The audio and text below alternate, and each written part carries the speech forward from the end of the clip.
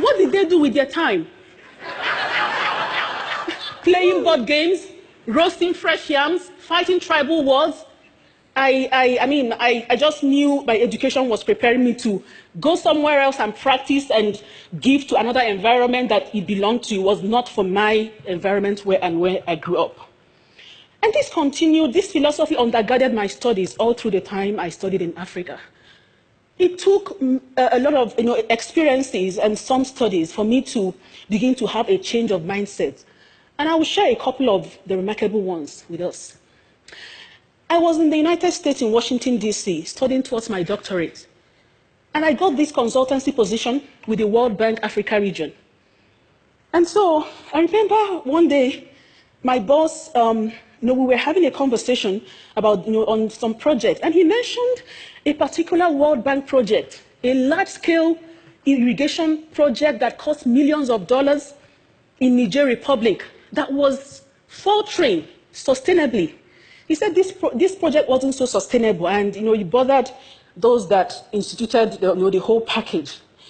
But then he mentioned a particular project, a particular traditional irrigation method that was hugely successful in the same Niger Republic where the World Bank project was failing. And that got me thinking. And so I did further research, and I found out about TASA. TASA is a traditional irrigation method where 20 to 30 centimeter wide and 20 to 30 centimeter deep holes are dug across a field to be cultivated. And then a small dam is constructed around the field. And then crops are planted across the surface area. What happens is that when rain falls, the holes are able to store the water and appropriate it to the extent that the plant needs the water. The plant can only assimilate as much water as needed until harvest time. Niger is 75% scorched desert. So this is something that is a life or death situation, and it's been used for centuries. In an experiment that was conducted, a plot of land, two similar plots of land were used in the experiment, and one plot of land did not have the TASA technique on it, similar plots. The other one had TASA technique constructed on it. Then similar grains of millet also were planted on both plots. During harvest time, the plot of land without TASA technique yielded 11 kilograms of millet per hectare. The plot of land with TASA technique yielded 553 kilograms of millet per hectare. I looked at the research, and I looked at myself. I said, I studied agriculture for 12 years, from primary to senior 6, as we say in East Africa, SS3 in West Africa, or 12th grade. No one ever taught me of any form of traditional African knowledge of cultivation, of harvesting, of anything that will work in modern times and actually succeed where something imported from the West would struggle, to succeed. That was when I knew the challenge of Africa's curricula. And thus began my quest to dedicate my life work to studying, conducting research on Africa's own knowledge system, and being able to advocate for its mainstreaming in education, in research, policy, across sectors and industries. Another conversation and experience I had at the bank, I guess, made me take that final decision of where I was going to go, even though it wasn't the most lucrative research to go into, but it's just about what I believed in. And so one day my boss said that he likes to go to Africa to negotiate World Bank loans and to work on World Bank projects. And I, intrigued, I asked him why. He said, oh, when I go to Africa, it's so easy. I write up my loan documents and my project proposal in Washington, D.C. I go to Africa, and it just gets signed. I get the best deal, and I'm back to base. My bosses are happy with me. But then he said, I hate going to Asia, or he mentioned a particular country in Asia and some of these countries.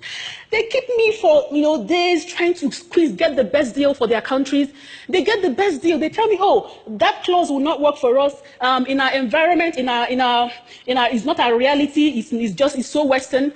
And they tell me, oh, we have enough experts to take care of this. You don't have enough expertise. We know. And they just keep going through all this. And by the time they finish, yes, they get the best deal, but I'm so exhausted and I don't get the best deal for the bank. And we're in business. Really? I thought in my head. Okay, I was privileged to sit in on a loan negotiating session in an African country. So I would do this consultancy position during summer, since I was a doctorate student. And then I traveled with the team, with the World Bank team, as more like someone to help out with organizational matters. But I sat in during the negotiating session. I had mostly Euro-Americans, with me from Washington, D.C. And I looked across the table at my African brothers and sisters. I could see intimidation on their faces. They didn't believe they had anything to offer the great-great-grandchildren of Mungo Park. The owners of Apple in A is for Apple. They just sat and watched and, oh, just give us, let us sign. You own the knowledge, you know it all. Just, where do we sign? Show us, let us sign. They couldn't even, they had no voice. They didn't believe in themselves. Excuse me. And so, I have been doing this for a decade. I have been conducting research on Africa's knowledge system, original, authentic, traditional knowledge. In the few cases where this has been implemented in Africa, there has been remarkable successes recorded. I think of Gacaca. Gacaca is Rwanda's traditional judicial system that was used after the genocide. In 1994, when the genocide ended, Rwanda's national court system was in shambles. No judges, no lawyers to try hundreds of thousands of genocide cases.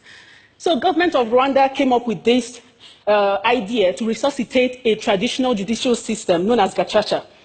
Gacaca is a community-based judicial system where community members come together to elect men and women of proven integrity to try cases of crimes committed within these communities.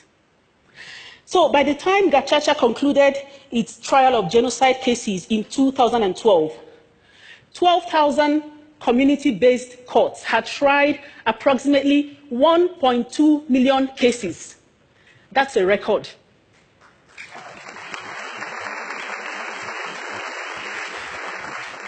Most importantly is that Gacaca emphasized Rwanda's traditional philosophy of reconciliation and reintegration, as against the whole punitive and banishment idea that undergirds present-day Western styled, and not to compare, but just to say that it really emphasized Rwanda's traditional method of philosophy.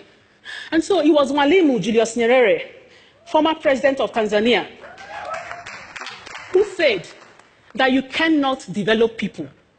People will have to develop themselves. I agree with Mwalimu. I am convinced that Africa's further transformation, Africa's advancement, rests simply in the acknowledgement, validation, and mainstreaming of Africa's own traditional, authentic, original, indigenous knowledge in education, in research, in policymaking, and across sectors. This is not going to be easy for Africa. It's not going to be easy for a people used to being told how to think, what to do, how to go about it. A people long subjected to the intellectual guidance and direction of others,